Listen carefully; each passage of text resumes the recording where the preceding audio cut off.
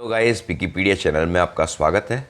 मैं विपुल जैन आज आपको बताने जा रहा हूँ class 12th NCERT continuity and differentiability में मिसलेनियस एक्सरसाइज के क्वेश्चन नंबर 16 से हम आगे के प्रश्नों के बारे में डिस्कस कर रहे हैं।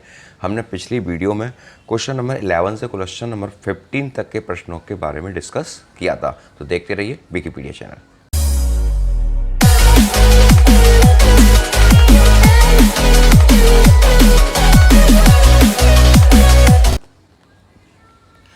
यहाँ देखिए क्वेश्चन नंबर 16 जो लिखा हुआ है, यहाँ लिखा है यदि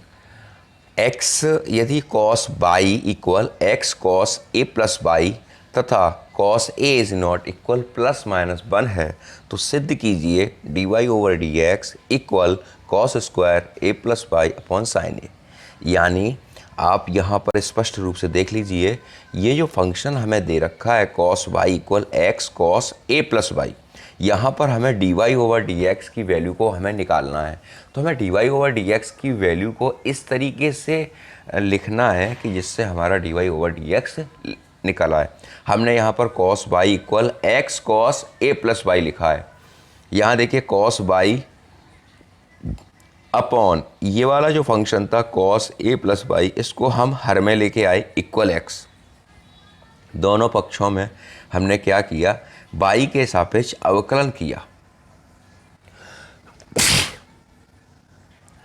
दोनों पक्षों में बाई के सापेक्ष अवकलन करने पर तो dx ओवर dy, देखिए यहाँ पर अंश है और यहाँ पर हर है, तो हमने लिखा हर इंटू अंश का अवकलन माइनस अंश इंटू हर का अवकलन बट्टे हर का होल स्क्वायर।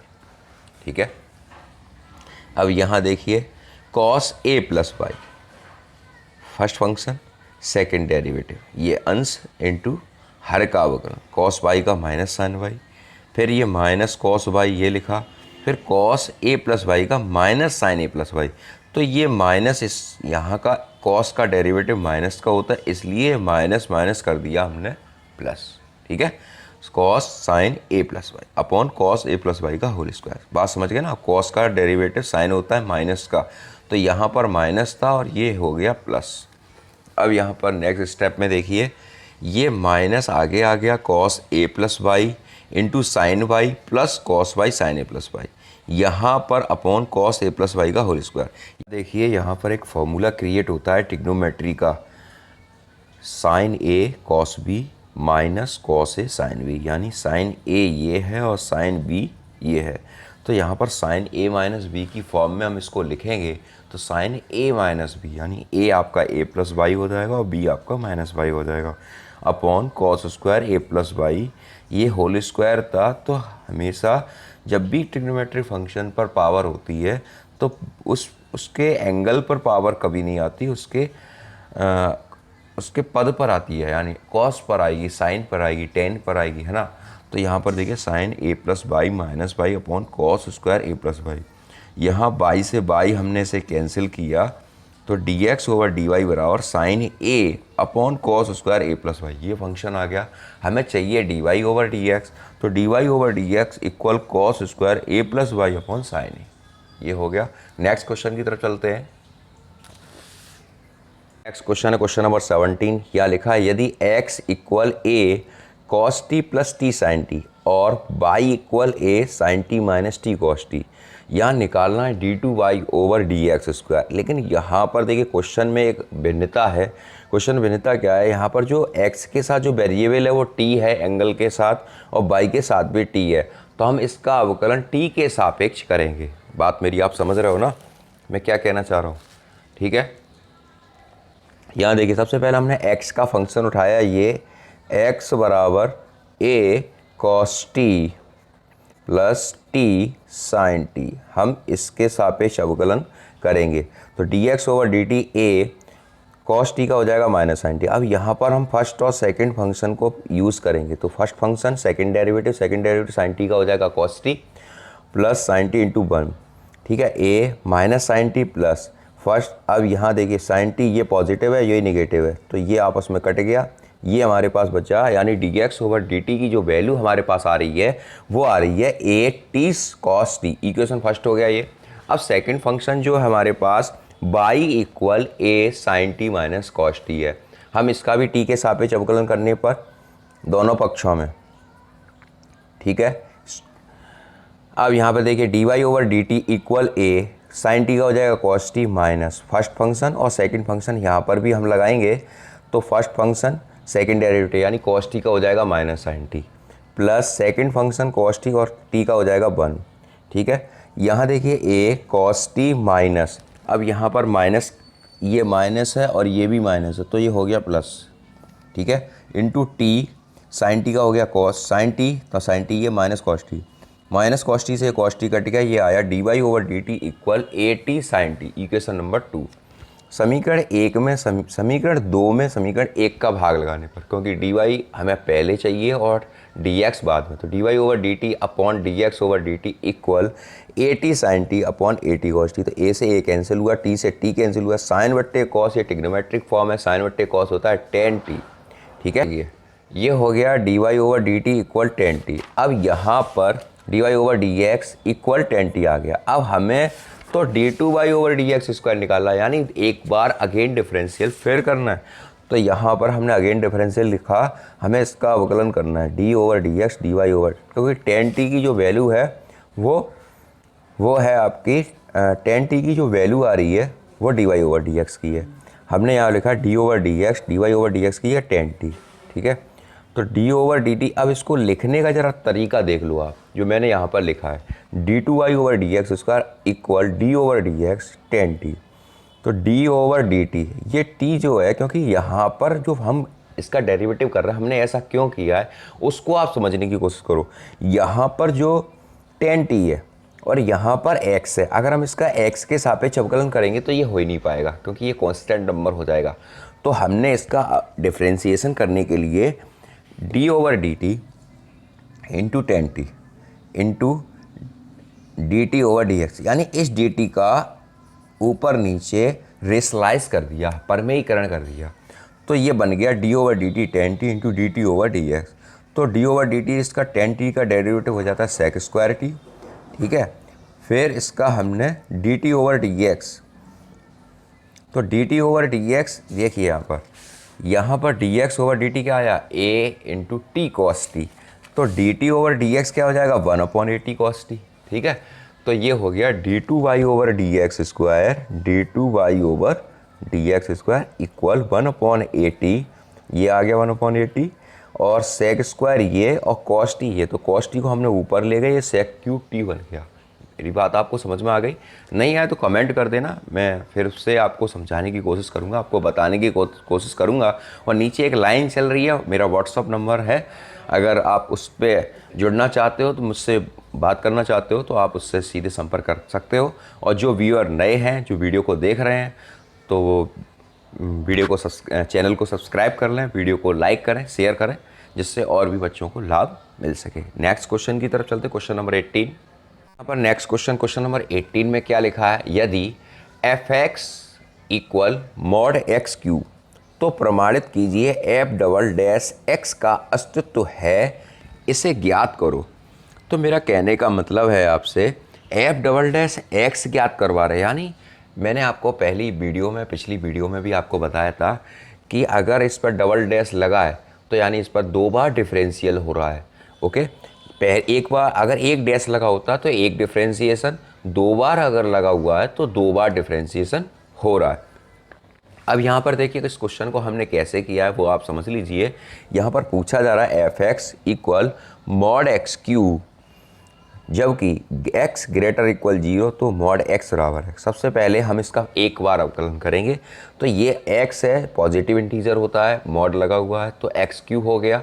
फिर इसका हमने डेरिवेटिव किया d over d x f x, तो d over d x x cube हो गया। एक्स क्यू का हमने डिफ्रेंशिएशन किया तो ये 3x स्क्वायर आ गया।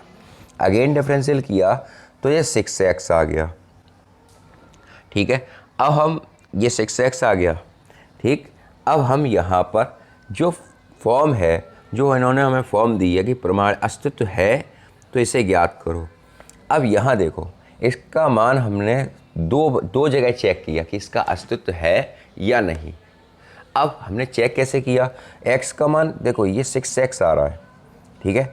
तो F x less than zero, x less than zero, x का मान जीरो से छोटा है, यानी एक्स का मान जीरो से छोटा है। सपोज माना हमने एक्स का मान जीरो छोटा है, तो mod x equal f x mod x cube, ये लिखा हुआ है f x equal mod x cube, या minus x cube equal minus x cube कर दिया हमने, ठीक है, क्योंकि मॉड एक्स की वैल्यू क्या है माइनस एक्स, इस पर क्यूब चढ़ा है तो माइनस एक्स क्यू हो गया। फिर इसका हमने डिफ्रेंसिएशन किया डी ओवर डी है, f x equal minus x का होल क्यू, तो इसका हमने डिफरेंशियल किया तो माइनस थ्री एक्स स्क्वायर आ गया, और इसका दोबारा डिफरेंशियल किया तो माइनस सिक्स एक्स आ गया। अब यहाँ पर एक चीज़ लग रहा है, एक चीज़ क्या है, अगर हम पॉजिटिव नंबर लेते हैं इस एफ एक्स की जो वैल्यू है f x equal mod x, यानी इसकी निरपेक्ष वैल्यू है, हमने इसे चेक किया x greater equal zero, x का मान जीरो है या जीरो से बड़ा है, और एक बार चेक कर लिया एक्स का मान जब जीरो है या जीरो से छोटा है। तो यहाँ देखिए मैंने इसको लिखा है F double dash x equal six x, x greater equal zero, x का मान जीरो है या जीरो से बड़ा है, और एक्स का मान जीरो से छोटा है, तो वैल्यू आ रही माइनस एक्स है। एक बार दोबारा से देख लीजिए, मुझे लग रहा है कि आपको शायद थोड़ा सा डाउट है। यह देखिए एफ एक्स बराबर मॉड एक्स क्यू, हम इसकी वैल्यू को दो बार चेक करेंगे क्योंकि इसके अस्तित्व की बात हो रही। तो अस्तित्व की जब भी बात होती है तो फंक्शन के अंदर पॉजिटिव और निगेटिव दोनों फंक्शन पर हम बात करते हैं। तो हमने सबसे पहले किया एक्स ग्रेटर इक्वल जीरो, तो mod x equal x, okay, यानी मॉड एक्स की जो वैल्यू है वो पॉजिटिव है। हमने सबसे पहले इसका डेरिवेटिव किया, एफ एक्स का एक्स क्यू किया, d over D F x, ये एक्स क्यू हो गया। फिर इसका फर्स्ट डिफरेंशियल हो गया थ्री एक्स, उसका सेकेंड डिफरेंशियल उसका सिक्स एक्स एक्स, यानी ये पॉजिटिव आने पर सिक्स एक्स आ रहा है। फिर हमने क्या किया, जब एक्स का मान जीरो है, जीरो से छोटा है, तो mod x equal minus x हो जाएगा, जीरो से छोटा है यानी माइनस एक्स हो जाएगा। तो एफ एक्स बराबर मॉड एक्स क्यू, तो एक्स की जगह हमने माइनस एक्स क्यू रख दिया, तो ये हमने माइनस एक्स क्यू हो गया। अब हमने इसका एक बार डिफ्रेंसिएशन किया तो ये हो गया माइनस थ्री एक्स उसका, फिर दोबारा डिफ्रेंसिएशन किया तो माइनस सिक्स एक्स हो गया। तो यहाँ से स्पष्ट हो जाता है क्वेश्चन नंबर 18 में कि सिक्स एक्स जो सेकेंड डेरिवेटिव की वैल्यू है सिक्स एक्स, वो कब आ रही है, जब एक्स का मान हम जीरो ले रहे हैं या जीरो से बड़ा ले रहे हैं, और एक्स का मान जीरो से छोटा आ रहा है, वो कब आ रहा है, जब हम उसकी वैल्यू माइनस सिक्स एक्स आ रही है। यानी एफ डबल डैश एक्स की वैल्यू माइनस सिक्स एक्स कब आती है, जब एक्स का मान हम जीरो से छोटा लेते हैं यानी माइनस वैल्यू लेते हैं, और सिक्स एक्स कब आता है, जब एक्स का मान जीरो या जीरो से बड़ा लेते हैं। नेक्स्ट क्वेश्चन की तरफ चलते हैं, क्वेश्चन नंबर 19। क्वेश्चन नंबर 19 क्या लिखा हुआ है, गणितीय आगमन के सिद्धांत के प्रयोग द्वारा सिद्ध कीजिए सभी धनपूर्णांक n के लिए d over d x x पर power n equal n x n minus one. देखिए गणितीय आगमन जो हम क्लास 11th में हम पढ़ चुके हैं, गणितीय आगमन में क्या होता है, तीन कंडीशन होती थी, n बराबर 1, n बराबर k और n बराबर k प्लस 1, है ना, ऐसा ही होता था। यहाँ पर भी हम वही करना है, उसी के अकॉर्डिंग हमें काम करना है। तो सबसे पहले हमने इसे देखिए गणितीय आगमन में जो ये फंक्शन है ये पॉलिनोमियल फंक्शन है, तो हमने P N such that d over d x x पर पावर n का ये फंक्शन ले लिया, ओके। यहाँ देखिए इसका हमने डेरिवेटिव किया तो ये आ गया n x n minus one ही होता है। हमने इसमें n बराबर 1 के लिए रखा, स्टेप फर्स्ट है सबसे पहला n बराबर 1 के लिए, ठीक है। यहाँ P1 such that d over d x x 1 into x पर पावर 1 माइनस वन, यानी ये क्या हो जाएगा 1 इंटू एक्स पर पावर 0, एक्स पर पावर 0 की वैल्यू क्या होती है 1, यानी यहाँ से सिद्ध होता है कि n बराबर 1 गणितीय आगमन के लिए प्रूफ है ना। मैंने यहाँ पर लिखा भी है n बराबर 1 के लिए, जो कि सत्य है, ठीक है। फिर हम इसके बाद n बराबर k को रखेंगे, तो k की जो पोजीशन होती है p के सच दैट डी ओवर डी है x पर पावर k, तो ये हम करेंगे तो k x k minus one हो जाएगा। जब x पर पावर n हमारा प्रूफ हो गया तो n बराबर k भी हमारा प्रूफ हो जाएगा। हमें अब बात करनी है n बराबर k प्लस वन पर, है ना। तो n बराबर k प्लस वन के लिए सबसे पहले p k plus one such that d over d x x पर पावर k प्लस वन। यहाँ देखिए इसको हमने अलग अलग कर लिया, x पे पावर k इंटू एक्स, इस फंक्शन को। ये फंक्शन कहाँ से आया, x पे पावर जो n था ना, x पे power n into n x n minus one, हम इस फंक्शन को n की जगह k प्लस वन रख दिया। समझ में आ गई मेरी बात। फिर यहाँ से इसको ब्रेक किया, अलग अलग स्प्लिट करके लिख दिया, x पे पावर k इंटू एक्स। यहाँ से first function second derivative, first function second derivative plus second function first derivative, तो x पे पावर k का x पे पावर k हो गया, ठीक है।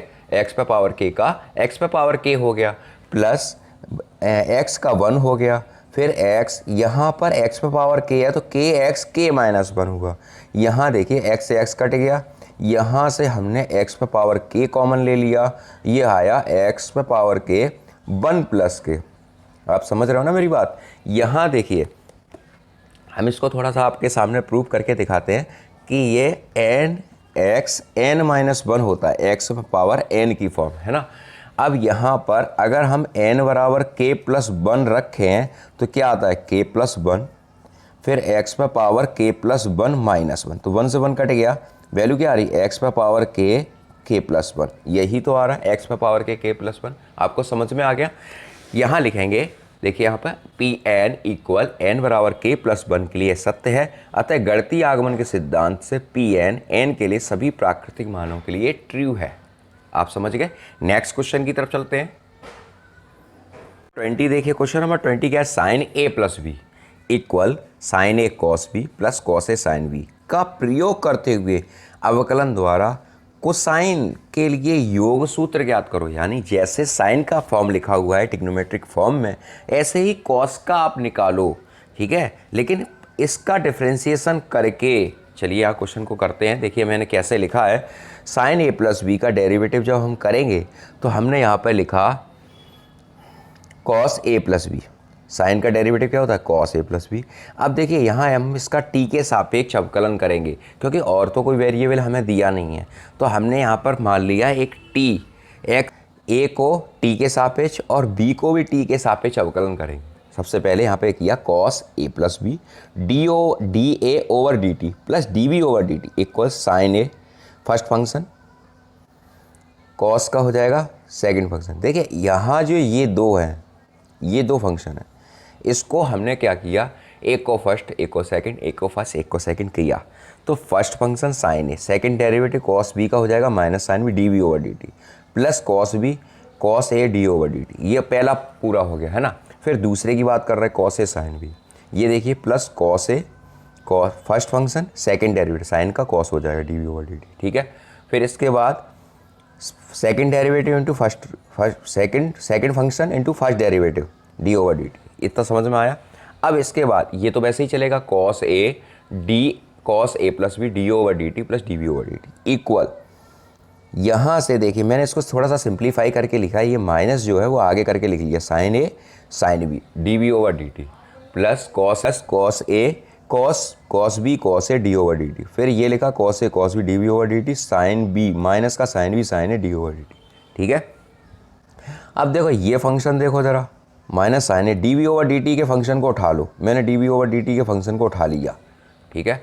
मैंने उठाया तो यहाँ देखिए जो हमें ब्रैकेट में संख्या मिली, जो पद मिले -sin a sin b + cos a cos b dB/dt, और ये d/dt का हमने जो फॉर्म उठाया तो ये बचा cos b cos a -sin b sin a d/dt, ठीक है।